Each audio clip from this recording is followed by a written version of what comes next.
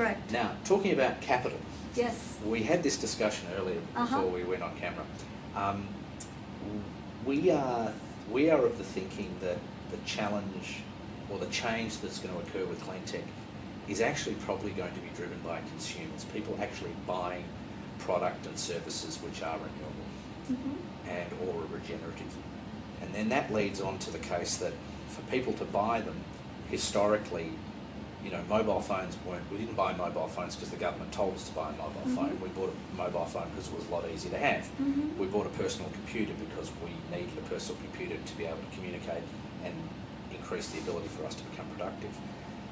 I think we're going to find that, especially for younger people, the focus is on how is it that I can live my life in a more regenerative fashion and not be so much of a conspicuous consumer. Right. But to do that, governments are traditionally very bad at creating disruptive models because they have a lot of vested interests.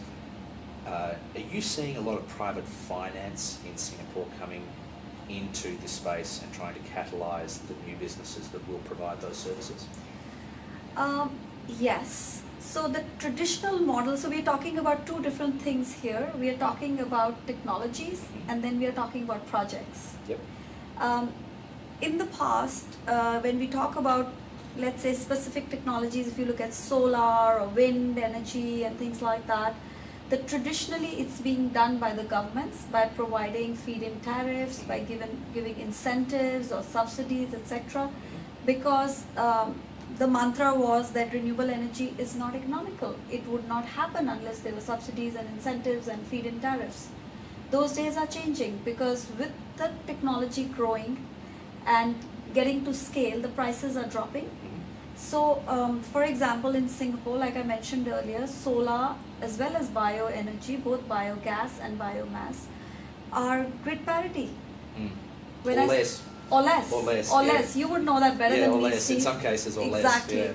Yeah. Exactly. Yeah. So if that's the case, then we are moving the needle already. And for the younger generation, I guess I'm very surprised and very heartened that they really want to consume more sustainable products and services.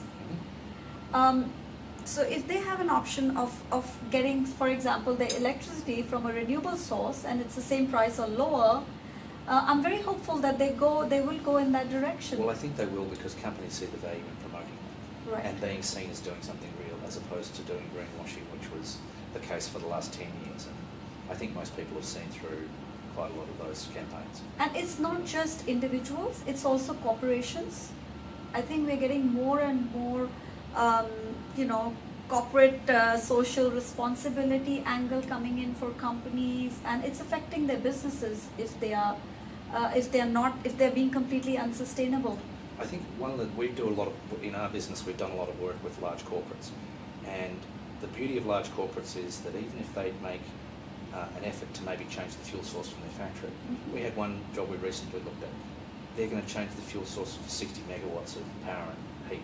So you get scale right away. That is an enormous amount of change. Right. I mean, if you look at a microgrid might in size be, for a village, 100, 120 kilowatts. Well, to do that, you've got to do 300, 400 microgrids to get the same change. Right. So corporations have the capacity to do that. Right. And a great example would be Walmart. A lot of people think that Walmart is not particularly sustainable, but in fact it is because it enforces sustainable practice on its suppliers.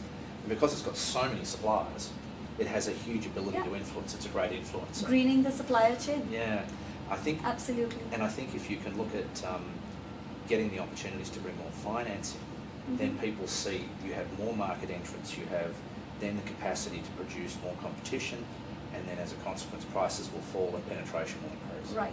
And I think that's what you want to do with the incubator, right? Yes, that's right. And talking about financing, I think let me touch upon that as well. We have quite a few members who are looking at financing clean energy technologies and clean energy projects. Oh, so finance members as well? Yes. So we have members who have funds, or they have, we even have banks who have joined us who have clean energy desks, who are looking at project finance. There are some companies who are looking at, different angles of financing. And we have that whole value chain of investors, all the way from people looking at impact investing to venture cap, and everything in between. Yeah, the in-between bit's the one I like. Yes. I don't like to lose my money, but I don't also want to have my money taken from me. The in-between place seems to be a good spot. Well, so there's different risk appetites that different investors have. Yeah. We are even being approached by private banks. The high net worth individuals are looking to add some of this clean energy, clean tech type investing in their portfolios. That's one thing. Another area that I'd like to touch upon that we are very actively involved in is energy access. Okay. So we are co-chairing the steering committee of Energy for All, That's at the ADB. which is a ADB launched Yep. project. Yep. And the purpose or the objective of that project is to reach electricity to 100 million people by 2015. So that's next year. And we are already up to about 70 million. Wow. Yes. But Wow. this is a collaborative effort. CEAS is just a very small part of that effort. But I just wanted to bring it up because in the context of microgrids, yes, they are small, but it's about reaching electricity where it didn't exist before. Yeah. It's about energy access, Creating new consumers. creating new consumers. So Yeah. while that may not be the most lucrative business at the moment, but that's also our way of giving back in an area that we operate in. There's an interesting model. I think SMC from Cambodia are involved in that as well. Yes. Because Ian Co was, I think, the other co-chair, Yes. right? SMC have made quite a successful business model out of providing microgrids off the back of existing diesel generator run microgrids. Yes. So in a small community in Cambodia, there's no electricity, so some guy buys a diesel engine, runs it and sells electricity. And people are buying electricity at 40 to 50 cents per kilowatt hour, but they're using very little of it every month. But it means they get a television, they get lights at night so their kids can study, and they may get some refrigeration as a family. So what it does is it changes people's capacity and makes them more productive, and also means that they take part in the economy more. But That's right. yeah, which is tremendously important because then that drives down birth rates. Yes. So, well, that's a huge impact. Places like the Philippines and Indonesia and Right. Bangladesh, has a huge impact. But one of the interesting statistics is one of our friends had a chat to some of the folks in the power monopolies in a couple of the countries, and they were saying that their business model is that they're not probably going to reach out to that final 15%. They're probably not going to put transmission to that final 15%. So if you look at it, I think in 2011 there were 162 million people in ASEAN without power, and the vast majority of them were in the Philippines and Eastern Indonesia. Some in Cambodia, some in Thailand. Right. Not many, but a few in Vietnam. That's a huge market. Yes. And the thing is that these people can pay for Yes. that power. Exactly. And people don't realise that. Yeah, we are doing things like diesel replacement. You know, they're paying for diesel already, so we're just giving them a cleaner source of power and a cheaper source of power. They'll be Probably. using syngas or something like that. Yes. So wood producer gas. Yes. Which is what everybody used during the Second World War. Exactly. Yeah, when there was no fuel around. Yeah, Correct. A lot of people forget that. Okay. Now, have you got any conferences or courses coming up that some of our viewers might be interested in looking at? Absolutely. So CEAS has a big training arm, and we have trained 7,000 professionals from when we started 7 Wow. years ago. Wow. So that's what surprised me when we actually did our bean counting. So we run training courses across the broad spectrum of energy efficiency. We run the Singapore Certified Energy Manager program. We run a certified program on solar. We do something on bioenergy. You've taught on some of our courses. I have. We do programs for project developers. We do it for financiers, how to make your projects more bankable, etc., etc. One of the new areas that I'm very excited about doing this coming year is where we are bringing people from around the region to Singapore, policymakers primarily from various countries, and it's being done under the auspices of Ministry of Foreign Affairs of Singapore. Is this SIF or?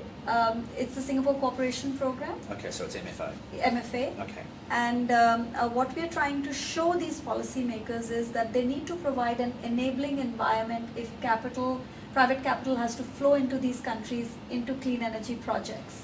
I think this program, NUS also provided some of those support to some of those when they were bringing in people. They were bringing in like 30 or 40 people from different That's governments. right. Yeah, I think I taught at one of their, I did a half day for them Right. in the US about a year and a Okay. half ago. Right. Very interesting, because the majority of the people who came were younger people, and they were very interested in clean Yeah, tech. so we want to really influence these policymakers who are going to be making clean energy policies for countries like Myanmar, Vietnam, Laos, Cambodia. You know, we want to show them what are the possibilities, what are the prices, what are the technologies that are available, what has Singapore done in this area, what kind of private sector investors. So we are even bringing investors into the room for these policy. It never happens that the private sector investors and policymakers are in the same room. Mm. So we're trying to make that connection so that the policymakers can understand that for these people to invest in the countries, yes, they would like to, but they need very stable policies. They need enabling environment. And one of the investors said it to me in a very interesting way. He said, in some countries you go and it's like starting to play a game and they change the rules after the game has started. I won't say what country that is. And that's something which makes the investors very nervous. Yeah. So what we are really encouraging is stable policies, long-term policies, policies that are enforced so that more private capital can flow into these countries. I think it's also a matter of understanding an environment. One of the challenges has been that companies will come in and say, okay, we want to be the hero in this country, we want to dump a whole bunch of money there, make our money and go. And in fact, they don't have a policy of nationalising or localising their business model. So if they start with maybe 10 megawatts, but from their business spawns 7 or 8 businesses and their own business that then goes on to do 300 megawatts, well, that's terrific for the country. Right. And I think Singapore was very successful by bringing in foreign capital and foreign capability over the last, say, I think it was 30 years or 40 years. What it's done is it's given Singaporeans a lot of opportunity to work with large companies, and as a consequence, they then can go and start their own. Some will start their own because that is their nature, but the vast majority of people I've known who've moved into setting up these new technologies have come out of large European firms or banks or, you know, technology companies, and they've got their grounding in those companies, and then they've gone and started their own. And I think creating that model in Southeast Asia is a challenge. Yes. In my business, I found exactly the same problem, that you go into a country and you really do feel like you're 100 species. Right. And, you know, you're there to be torn asunder. And in fact, it's not not what we want to do. We'd much rather own 40% of a business that had a large impact in a country than own 100% of a business with one project. Right. Okay, and it's finding the right partners and finding the right people to do it on the ground. So from our side with techdevnet.com, what we are focusing on is getting that ground level in each particular country. And so complementary, I think the relationship between us is going to be quite useful. So Wonderful. I hope so. I hope so too. Great. Now, where can we get a copy of the white paper? On the website? Yes, it's on the CEAS website. Okay. You can go in there, and we have password protected it because we want to see who all are getting a white paper. So please do write to us Okay. at info@ceas.org.sg, and we'll be very happy to send you a link. Okay, well, we'll post that up on our website. Wonderful. Kavita, thank you very much for talking to me again. It's always a pleasure to talk to you. Thank you, Steve. And we'll probably come back and have a chat to you later in the year and see what's happened in the rest of the year. Absolutely. Terrific. Thank you so much. All right. Terrific. Good eye. Good eye. All right. Done.